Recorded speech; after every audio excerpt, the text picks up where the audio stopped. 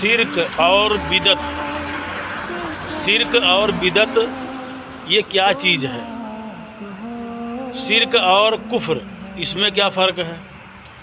ہماری گزارش ہے ہر مسلمان کو یہ چیز ضرور دیکھنا چاہیے اور یہ ویڈیو پورا دیکھیں اور ہر مسلمان تک یہ ویڈیو ضرور پہنچنا چاہیے اور اس کو شیئر بھی کریں ویڈیو کو، تاکہ ہر مسلمان کو یہ جانکاری تو بھائی ضروری ہے کہ شرک کیا ہوتا ہے، بدعت کیا ہوتا ہے اور کفر کیا ہوتا ہے۔ ہر مسلمان کو اس چیز کو ضروری ہے کہ اس کو یاد رکھیں۔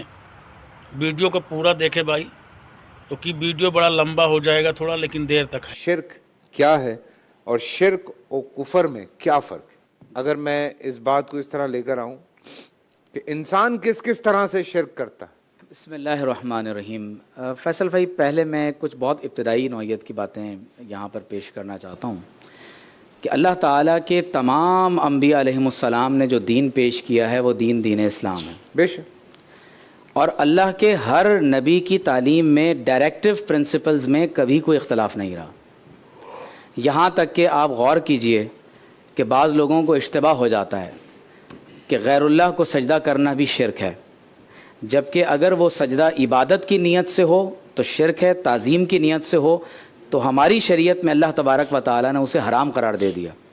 تو وہ سجدہ جو اللہ تبارک و تعالیٰ کے حکم سے حضرت آدم علیہ السلام کو کیا گیا، وہ عبادت کا سجدہ نہیں تھا، وہ تعظیم کا سجدہ تھا۔ اسی طرح جو حضرت یوسف علیہ السلام کو ان کے والدین اور بھائیوں نے سجدہ کیا، اس کا ذکر بھی قرآن مجید میں ہے، وہ سجدہ بھی تعظیم کے لیے ہے، وہ سجدہ عبادت کے لیے نہیں ہے۔ لیکن آپ صلی اللہ علیہ وآلہ وسلم نے اس بات کو اپنی احادیث میں بیان کر دیا، اور بعض محدثین کے نزدیک یہ احادیث تواتر کی حد کو پہنچ چکی ہیں کہ آپ علیہ الصلوۃ والسلام نے غیر اللہ کو سجدہ کرنے سے منع فرما دیا۔ تو اب ہماری شریعت میں یہ حرام ہے کہ کسی مزار کو یا کسی شخصیت کے سامنے نعوذ باللہ سجدہ ریز ہوا جائے۔ لیکن حضرت اس پہ ایک میرا سوال ہے۔ جی، جس صوبے میں ہم بیٹھے ہیں وہاں سب سے بڑا مسئلہ یہ ہے کہ باقاعدہ وہ جھک کے پیروں کو ہاتھ لگاتے ہیں۔ دیکھیے ہمارے ہاں مطلب میں نے اپنی آنکھوں سے دیکھا ہے کہ ایسی کوئی شخصیت یا ایسے جو بڑے لوگ ہوتے ہیں، پیر ہیں یا اور اس طرح کے لوگ ہیں، باقاعدہ میں نے بھٹ شاہ میں دیکھا اپنی آنکھوں سے، میں نے جہاز میں بھی دیکھا ہے، لال شہباز قلندر پہ بھی دیکھا ہے، میں نے عبداللہ شاہ غازی پہ بھی دیکھا ہے، میں نے داتا صاحب پہ بھی دیکھا ہے، میں نے ہر جگہ دیکھا ہے، لوگ باقاعدہ جا کے سجدوں میں گرے ہوتے ہیں۔ فیصل بھائی، یہ آپ نے بہت اہم بات کی طرف توجہ دلائی ہے، اور میں یہ سمجھتا ہوں کہ اس کو بالکل واضح طور پر ہمارے سامعین کو سمجھ لینا چاہیے کہ مزارات پر جو سجدہ کیا جا رہا ہے یہ حرام ہے، جو طواف کیا جا رہا ہے یہ شرعاً حرام ہے، اس کی کوئی اجازت نہیں، اور خاص طور پر جس قدر شدید ترین مذمت اس کی بیان کی گئی ہے اور اس کے آداب بیان کیے گئے کہ قبر کو جا کر ہاتھ بھی نہ لگایا جائے، بلکہ اس سے کچھ فاصلے پر کھڑے ہو کر جو ان کے لیے ایصال ثواب کرنا ہے، باقاعدہ اس طور پر یعنی اس کے آداب بیان کیے جا رہے ہیں، نہ یہ کہ نعوذ باللہ قبروں پر جا کر جو ہے ان کو وہاں نعوذ باللہ۔ آپ یہ بھی کلیئر کر دیں کہ آپ کس مسلک سے ہیں؟ بھئی میں تو مسلمانوں کی ریپریزنٹیشن کرتا ہوں، نہیں، لیکن میں اہل سنت والجماعت سے تعلق رکھتا ہوں، لیکن میں ہمیشہ اسلام کی ریپریزنٹیشن کرتا ہوں، میں کبھی کسی گروہ اور فرقے کی ریپریزنٹیشن نہیں کرتا۔ لیکن میں یہ جیلانی صاحب میں آپ کی طرف بھی آؤں گا اس بات پہ۔ جی، میرا تعلق اہل سنت والجماعت سے ہے۔ اب یہاں پر میں جس چیز کی وضاحت کی طرف جانا چاہتا ہوں وہ یہ ہے کہ اللہ تعالیٰ خود قرآن مجید میں فرماتا ہے وَمَا قَدَرُ اللَّهَ حَقَّ قَدْرِهِ۔ اللہ تعالیٰ فرما رہا ہے کہ بندوں نے جیسے اللہ کی قدر کرنی چاہیے تھی اللہ کی قدر نہیں کی، بندوں نے ناشکری کی ہے۔ دیکھیں میں ضمناً ایک بات بیان کر دوں، قرآن میں بار بار ہم پڑھتے ہیں ایاک نعبد و ایاک نستعین، ایاک نعبد و ایاک نستعین، ایاک نعبد و ایاک نستعین، ہم تیری ہی عبادت کرتے ہیں اور تجھ سے ہی مدد طلب کرتے ہیں۔ بے شک، بلیو می کہ جب کبھی یہ بات کی جائے کہ صرف اللہ تبارک و تعالیٰ سے دعا کرو، صرف اللہ کے سامنے ہاتھ پھیلاؤ، تو بعض اوقات لوگ محبت اور عقیدت میں اس قدر غلو کا شکار ہو جاتے ہیں کہ ان کو یہ سمجھانا مشکل ہو جاتا ہے کہ بھائی دعا اللہ تعالیٰ سے کرنی ہے۔ اور اس کی وجہ کیا ہوتی ہے؟ دیکھیں، ایک ہوتا ہے کسی چیز کا شرک ہونا اور ایک ہے کسی چیز کا جائز ہونا۔ شرک کی بہت تفصیلی وضاحت ڈاکٹر صاحب نے کی ہے کہ جب تک آپ کسی کو خدا سمجھ کر کوئی تصور نہ باندھ لیں شرک نہیں ہوتا۔ میں اگر آپ سے کسی چیز میں مدد طلب کر لوں تو یہ شرک نہیں ہو جاتا، بالکل۔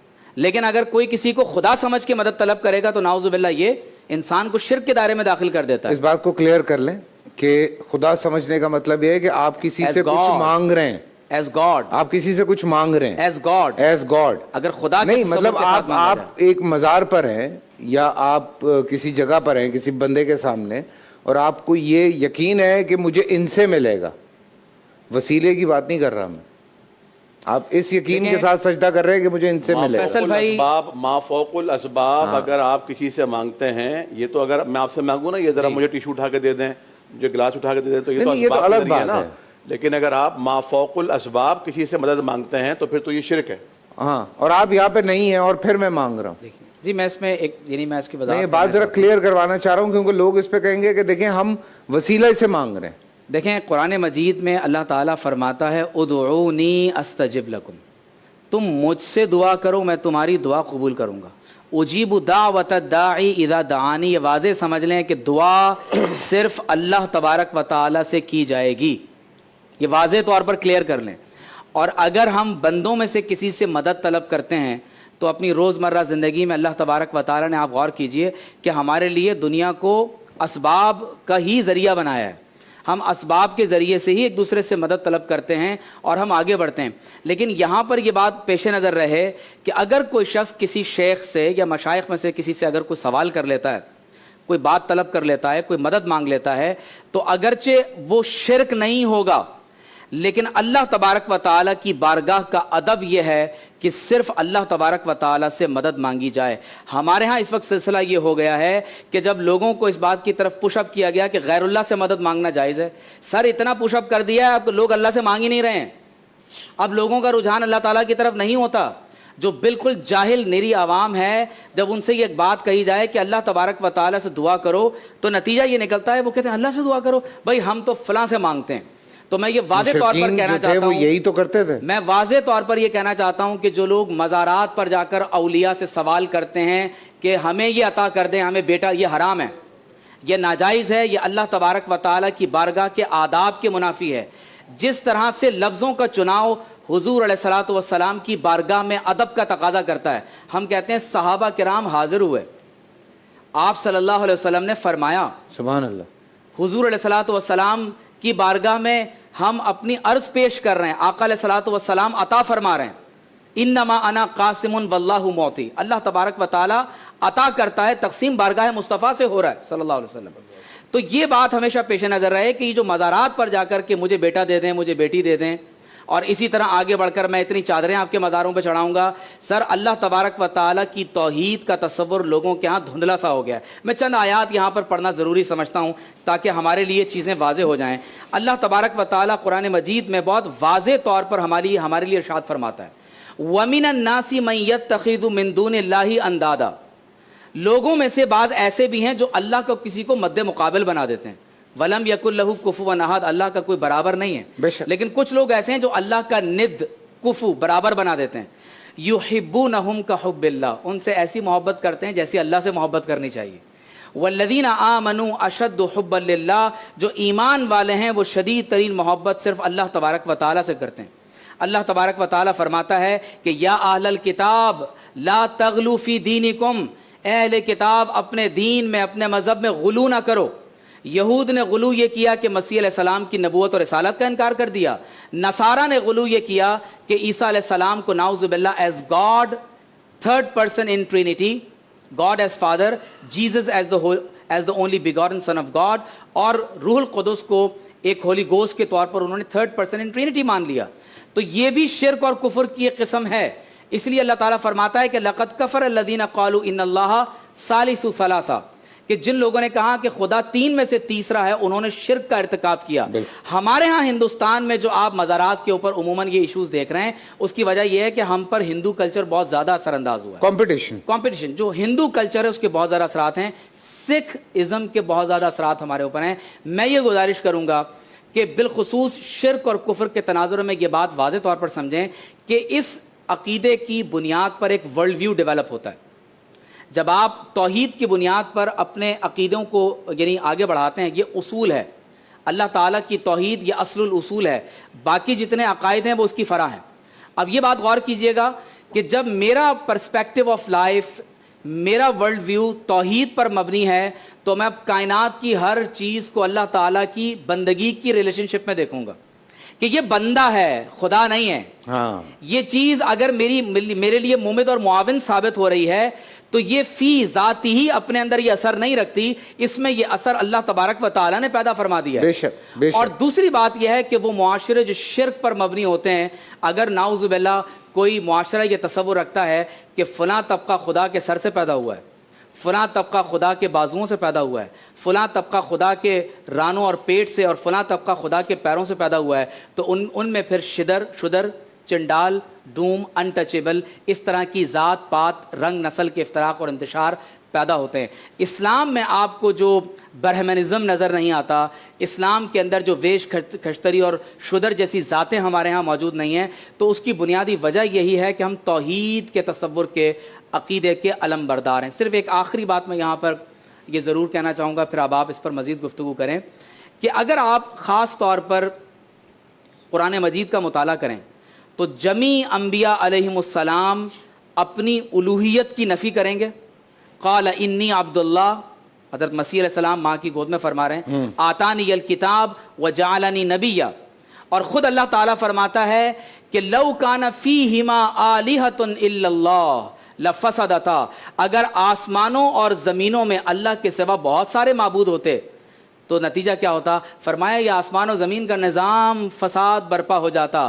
اس پوری کائنات میں یونیورسلٹی اور ایٹرنیٹی یہ بتاتی ہے کہ وہ یکتا ہے. بے شک. جو اصول اس خطہ زمین پر آپ کو کائنات کے نظر آتے ہیں، آپ دنیا کے کسی بھی خطے میں چلا جائیں، آپ کو فطرت اور کائنات کے اصول میں وحدانیت یہ بتاتی ہے کہ کوئی تو ہے جو نظام ہستی چلا رہا ہے، وہی تو ہے جو نظام ہے اور وہی پروردگار عالم. وہی بے شک. تو لہٰذا اپنا رخ ان معبودان باطلہ سے موڑیں.